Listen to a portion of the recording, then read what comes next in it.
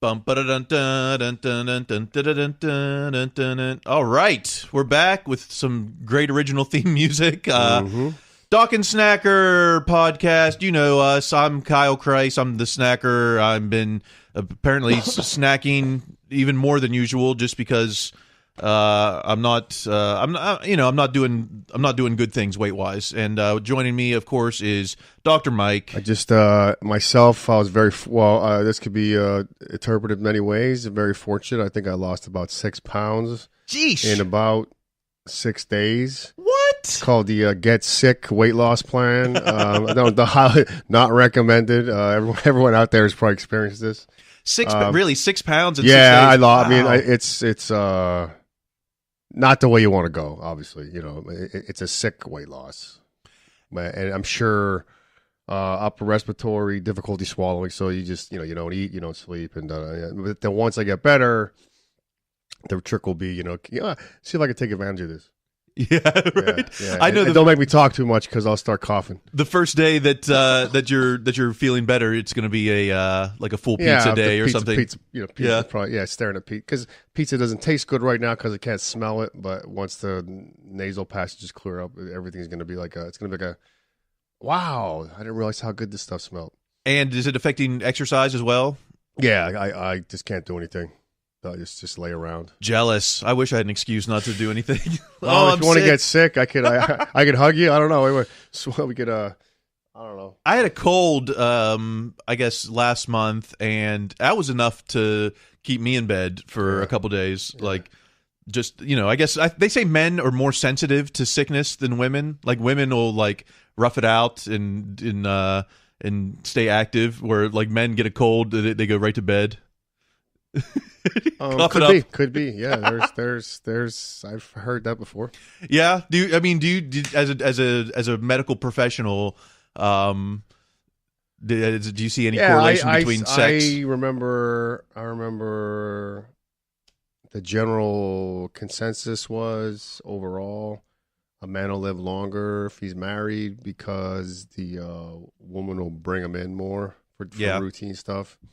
Whereas the other guys by themselves, they just don't come in unless unless your arm falls off and you're bleeding to death. Maybe. My wife keeps on my health definitely more than I would have.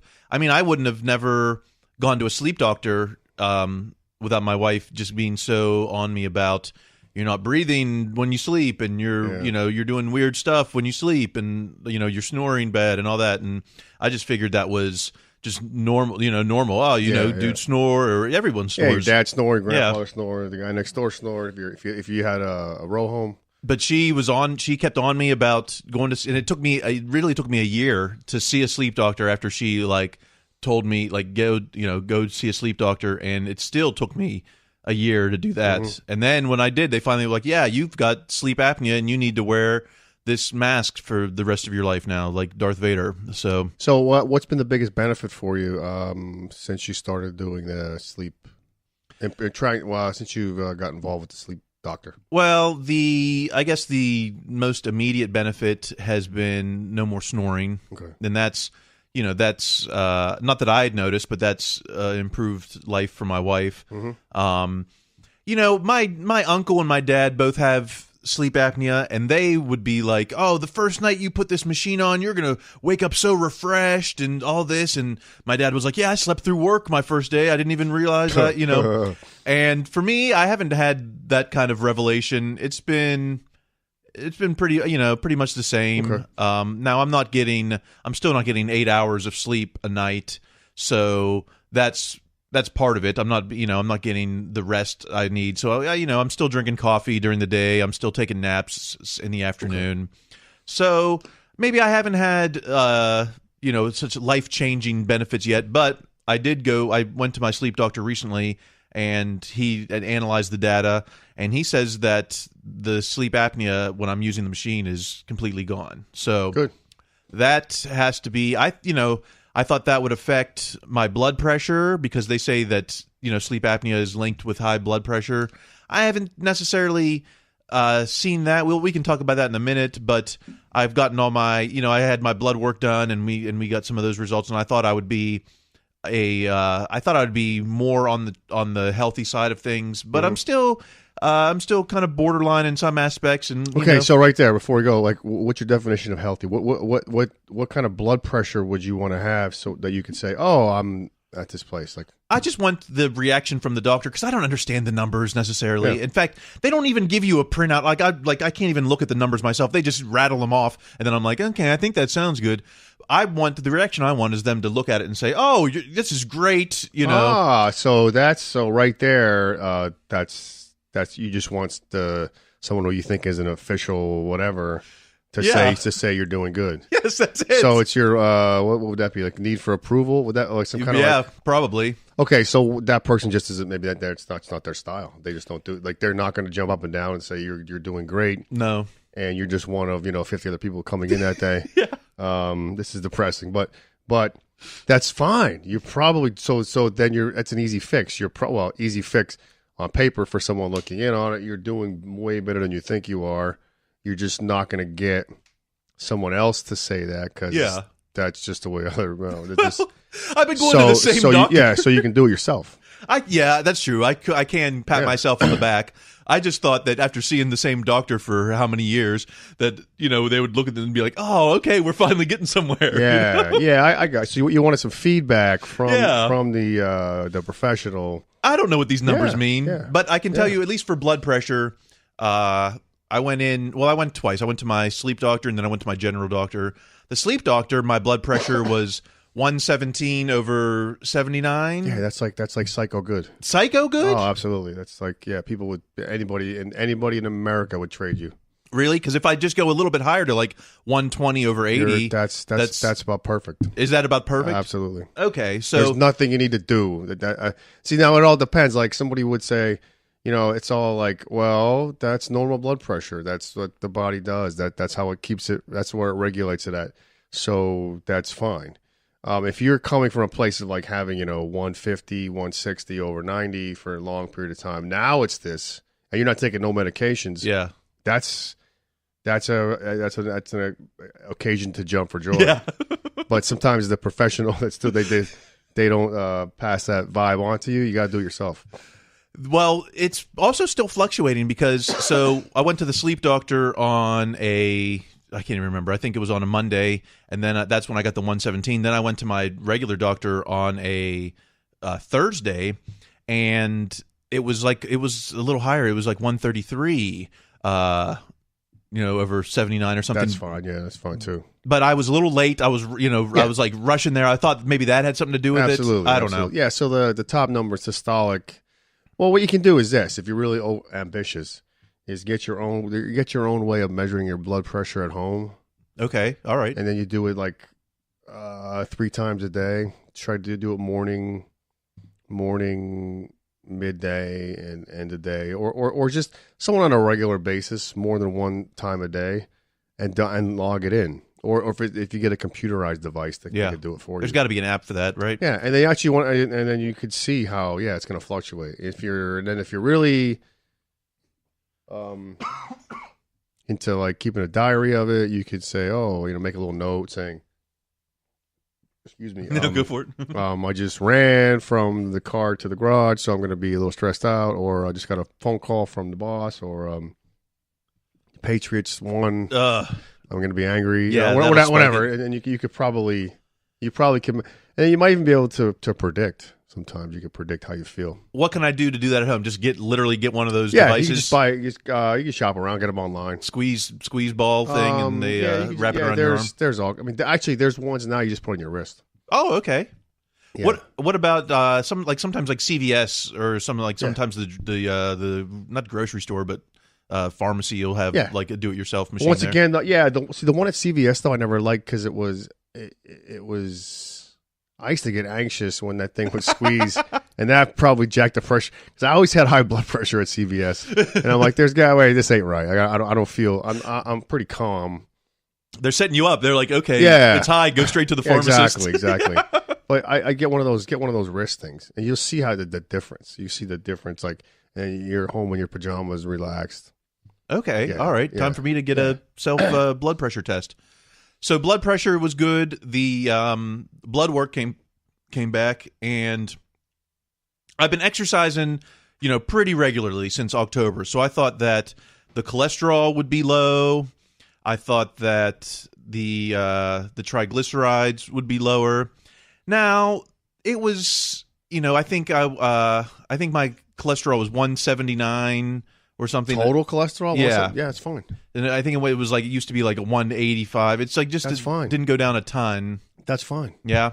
Yeah, you have to have some. You have to have some? Oh yeah, like that, like the 180. It used to be. I don't want to go on a rant about this. Okay, keep going.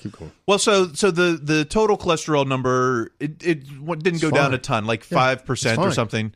But now is this the good cholesterol number? Yeah, that's a tough term, because that has gone up from, I think it was 50 or something. It was in the low 50s. Now this last time it was 62. Yeah, HDL.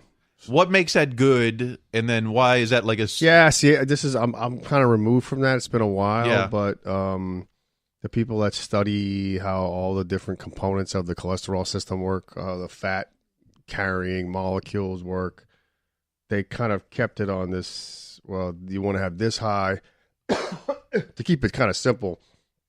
When you're reading one of these cholesterol panels, is like total should be less than this. This is considered a good number. You want to have this higher. Triglycerides, you want to have it less than, I think, 130. And now you can even go further. There's even further tests to look into what type of, and then there's ratios. But I don't do that on a regular basis. But I do remember,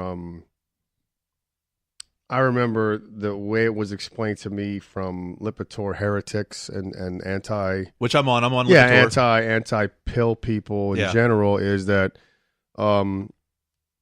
this is another one of these dark moments in medical history, which will be revealed probably in like 50 years from now. Great. So the say, for example, when I started, which wasn't that long ago, it wasn't yesterday, but I believe what we consider to be like a good total cholesterol level, what might have been 240 nanograms per deciliter, whatever the measurement is, 240 might have even been, say 240.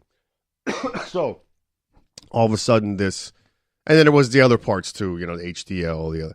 So we'll just use that for example. And then all of a sudden these experts get together, what's considered like cholesterol experts get together, have a meeting. I can see them in their lab coats. And they get together and they review what's considered to be like the guidelines for, what's considered healthy levels and what to do if the levels aren't healthy and how to treat them. Very simplified example, and I would get argued depending on what side of the argument you're on. So it turns out one of these, I don't know how many years ago, they get together and all of a sudden they're like, well, look, we're gonna now say if your cholesterol is above 200, that's considered bad, not 240. Yeah. So for those of you who were in 201 to 240, now you're considered bad. You went from being healthy to high risk. And we have Lipitor now for whatever the first one was. I think was it Lipitor, whatever the first statin drug was. It turns out who paid for them to get together and make the guidlines? Lipitor. Exactly. Well, whatever. I don't know what. I don't want to say a company or Crestor. Right? Yeah, I don't want to get the company name wrong, but that's so that's like for people that study medical history from that side, that's what they think occurred. Okay. Now the other side is, well, it's not totally evil. There is some science. So but it's an argument. Depends on what. It's not But for me, as a general practitioner, that I don't study. I just don't have time to go study the fine details of cholesterol metabolism. I trust these experts. Yeah. I trust this panel of experts to give me the guidelines that I could use on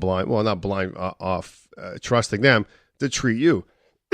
Now, what if I do that and no one even argues that their proposals, and I go out and have 100 and 200 people in my office that are on Lipitor all of a sudden?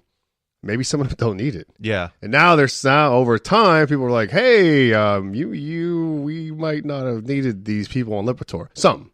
I've noticed, and you probably heard that argument. I've had doctor, like the last doctor, because I've bounced off a couple insurance plans, so I've had to bounce between some doctors. Yeah, and then throw the insurance part in there. Yeah. Oh, then you got Well, I didn't even bring that into it. Yeah. The last doctor I had, a little bit older guy, he was like, "You're going to be on these meds the rest of your life. Don't even think about trying to get off them." But so he's older, so he's been older. like, so the drug companies have taken him to Hawaii. Yeah, they've taken his kids to Dodgers games.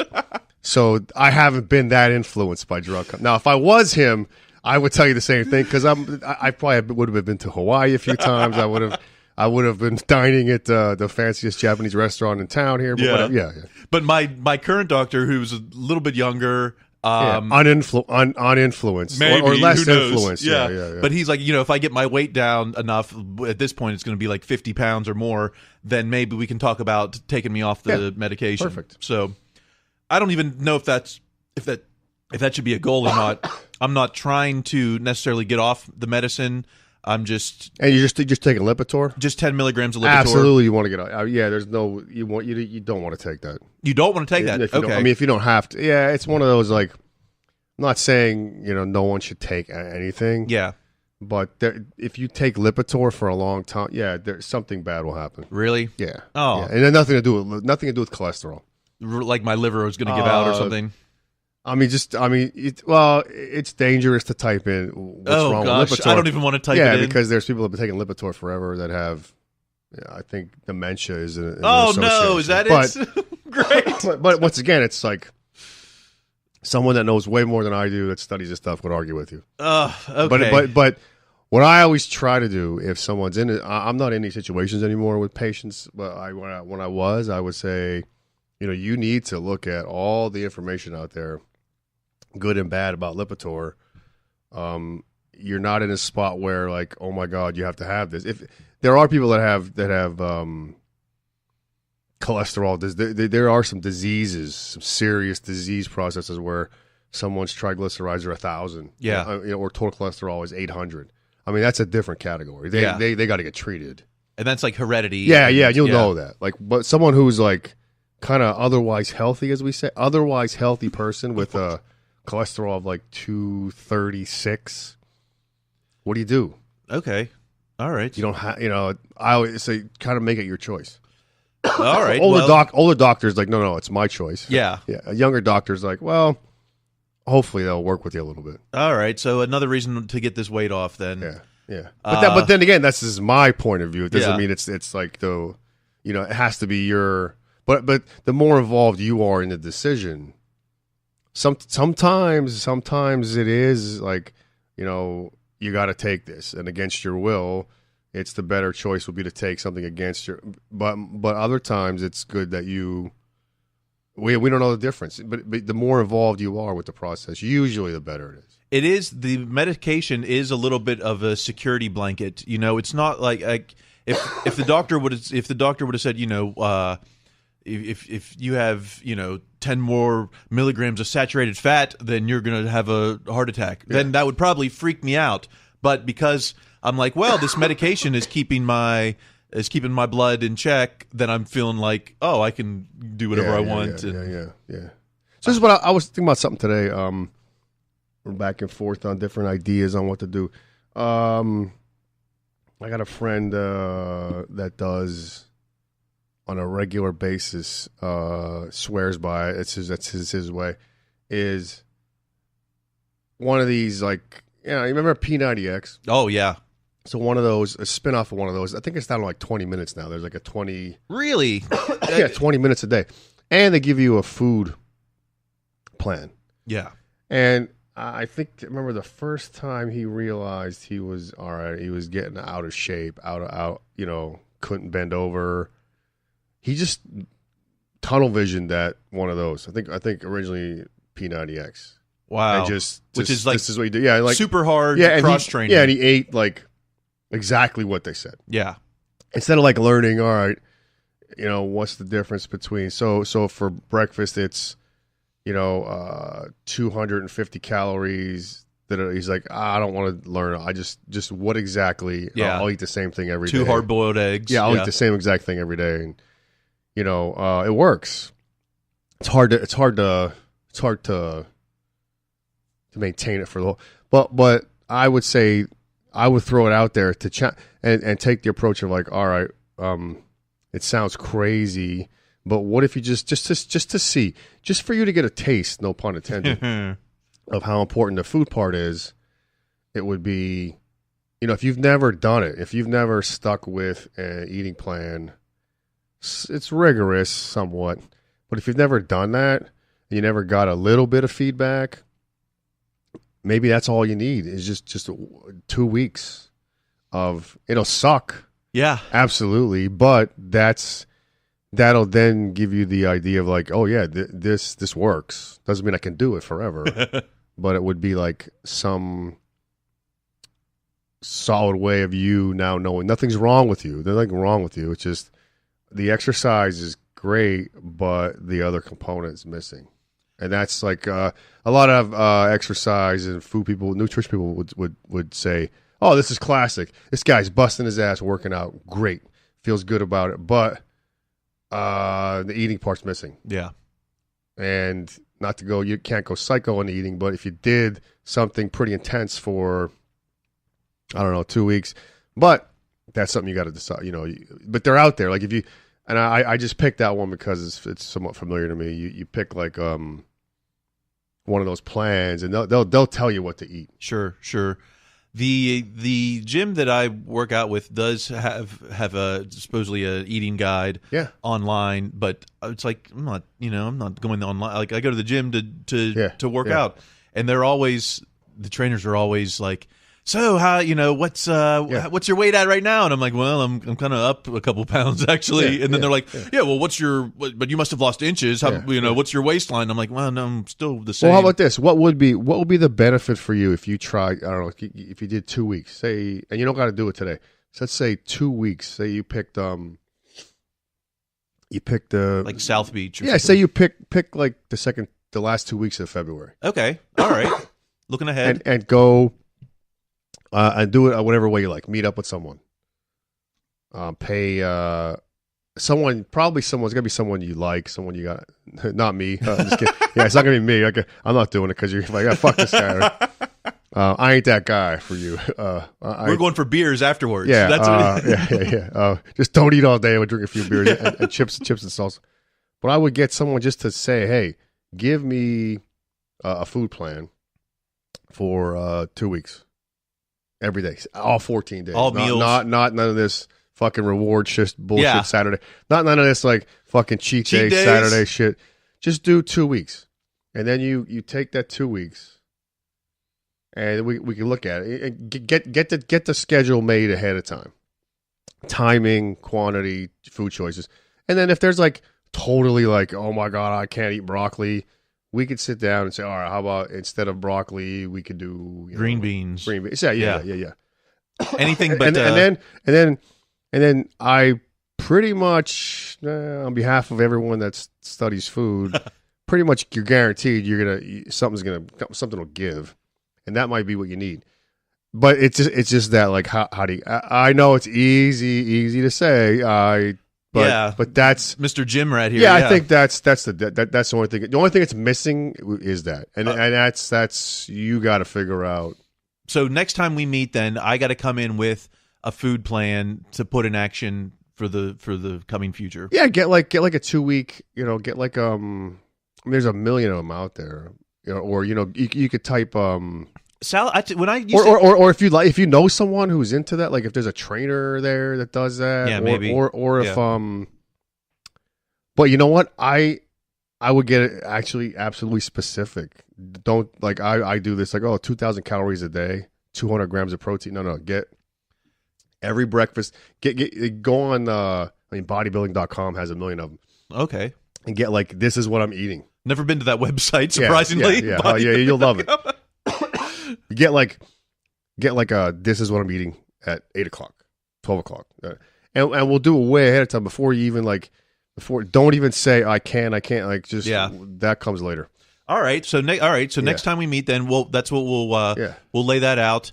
I've done I did, I guess now it's been almost 10 years. I did South Beach. Yeah, then did it work? It did. I lost a lot. My metabolism was a lot more, I was like a 30-year-old compared to a 40-year-old, but I was able then to maybe start with that. Yeah. Start with that but get as specific as you can. It was a lot of egg white. I remember that being a lot of egg whites, a lot of chicken breast, and I think maybe not at first, but eventually there was chocolate. Was there chocolate? Eventually there was peanut butter. Yeah. But like not bread. So it was like you gotta say fuck bread. Like excuse my language. You gotta bread is the enemy. I can't believe that. Bread is dead. Like you just gotta keep saying that for 2 weeks. And you gotta get this try to make it let's just see what we can get away with for 2 weeks. 2 weeks. And on the 15th day, I'll buy you the biggest loaf of bread we can find. I'll buy you the biggest loaf of bread Los Angeles has ever made. I'll have it delivered. I'll have Subway bring a 50-foot whatever. Yeah. And you can eat all the bread you want on the 15th day, though. We'll get a sandwich artist to come in and we'll carve me up a good Subway sub. Yeah, but that could be and make it like a challenge, 14 days. Or if you want to do, I think 7 might not be enough. 14 would be, or maybe 20, or whatever. Whew. Okay. All right. But I would do it specific, like actual plan out the meal. Yeah, specifically. This is what you're not just I need 200 calories because that's what 200 is nothing, and sometimes there's more room for swaying. Oh, sure. It's this I went to Islands yesterday for a burger, and I was like, well, instead of beef, I'm going to get chicken because that's going to make it healthier. But then there's it must be 800 calorie bun. Yeah. Then mayonnaise, they put some mayonnaise on there. Well, I mean, I'm not a mayo guy, but there was definitely cheese. There was definitely, I don't, I think that meal, it was probably 1,500 or 1,600 calories, and it was just a chicken sandwich and fries. I know we talked last week. Not the fries, but so that's something to throw out there. I would hell, I'll do it with you. Yeah. Okay. Yeah. Well, how much weight could you possibly even lose? You're already well. It's not about I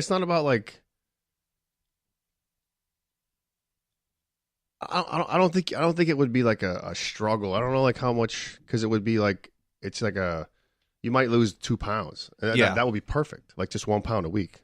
That would be perfect. And that's based on you continuing doing it for. I'd have to do it for a year at least. And as you're working out. Yeah. Yeah, that might be just to get a 2-3 pounds. Maybe you might get a shock value because you're going to lose some water. You're going to lose some carbs. You decrease take the carbs and sugar away. In 2 weeks, you could lose a few pounds in that time, but over time you could sustain a 1-2 pound a week weight loss, and you're gonna get some muscle. You had the muscles there. It'll just come out a little more, and it could be the game changer. We'll deal with that on day 15. We'll figure out the rest of our lives. Yeah, see how funny we're already. Well, what about the 16th? Okay. Just do this and get your results, because that might be all we need. All right, so that'll be the goal for our next podcast. We're going to lay out this 2-week, 14-day diet. Specific 8 o'clock this, 10 o'clock this, 12 o'clock this, whatever.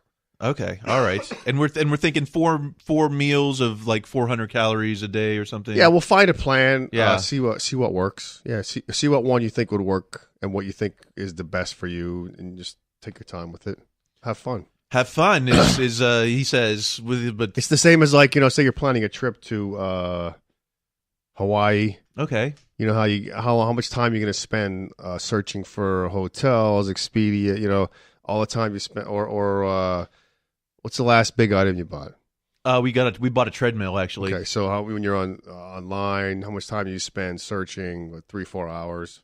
Well, I'm just whatever's cheapest. But my wife checks out all the reviews and so the time you spent. So think of it like that, you're investing in you. Now you're gonna be all right, what eating plan am I gonna come up with?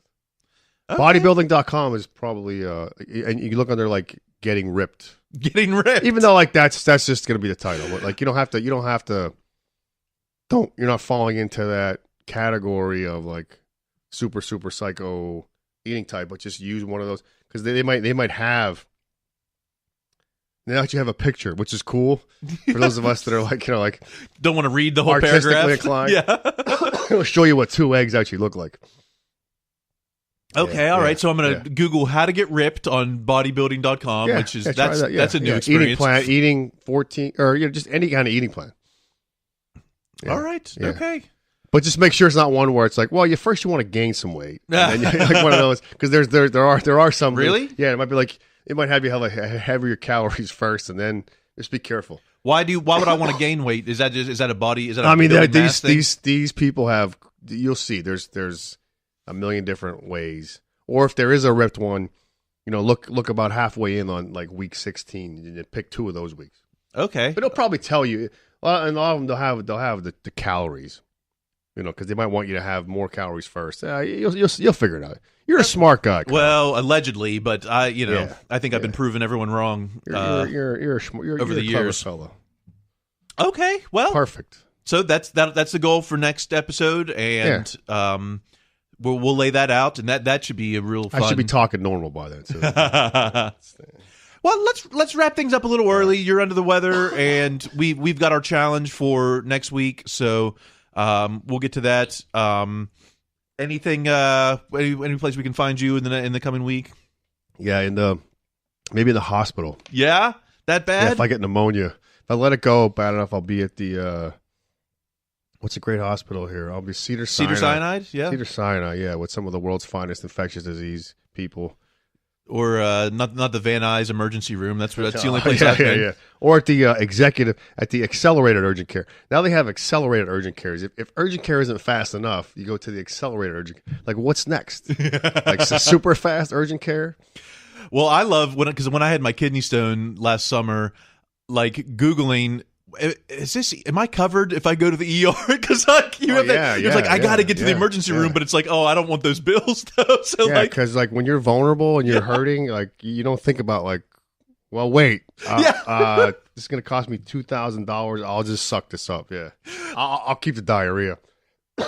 To the point where I've like, okay, say something happens, like I have a heart attack. Am I going to call 911 or am I just going to call an Uber to take me to the? I swear, no, that's. It's not funny. It's funny, but not funny. Yeah, because I'm thinking like, if I could get to the Uber, that might be the cheaper way. Because the ambulance ride is sometimes the ambulance ride is the biggest part of the bill. Oh gosh, you got to get an Uber with a medic in it. Uber medic. I wonder if but then like the ambulance mafia would be all they would destroy it. Oh, those EMTs, they have a horrible life anyway, right? If you got like a Uber discounted medical ride to the hospital. There you go. Well, I'm going to pitch it to them. We've got so much on our plate. We've got the app we're going to work on. We've got an Uber medic, and like the EMT. They would stomp all over that. I've seen that. I don't know that movie with John Goodman. I forget what it's called, but they're EMTs, and they're like they're also like strung out on speed and stuff too. But like that seems like a. Yeah, they see some hairy stuff though. Like, yeah, they're right in there. Like they got to go into like crazy situations. Yeah, God bless them. Thank you for your service, all your EMTs out there. But I still might call Uber next time if I make it. Yeah, but they don't make the prices though, because like the actual EMT doing the work and the paramedics, they don't make the prices, so it's kind of like they're stuck. And they're not making money over. The owners of the actual vehicles, like they do have the prices, but no, the people out there, the frontliners. I mean, they're usually really dedicated to this stuff, and have saved a lot of lives. Yeah, so God bless them. But we'll get an Uber. Yeah, I'm still just for a cheaper price. If I can roll myself out to the curb, then I'll get an Uber. I don't know. Hopefully, I'll never. Hopefully, Lipitor is going to keep me away from the heart attack. Maybe just give me dementia. No, the 14-day plan, once it gets rolling, it's all over. All right, 14-day plan. We're on it. Next episode, we'll lay it out. Right. Until then, I'm Kyle Kreis. Follow me at Kyle Kreis. You can follow the show at Dawkins Snacker on Twitter. Would love some tweets. I don't think we get a lot of traction on there. It's all right. It's getting there. And just drink more water. When in doubt, have a glass of water.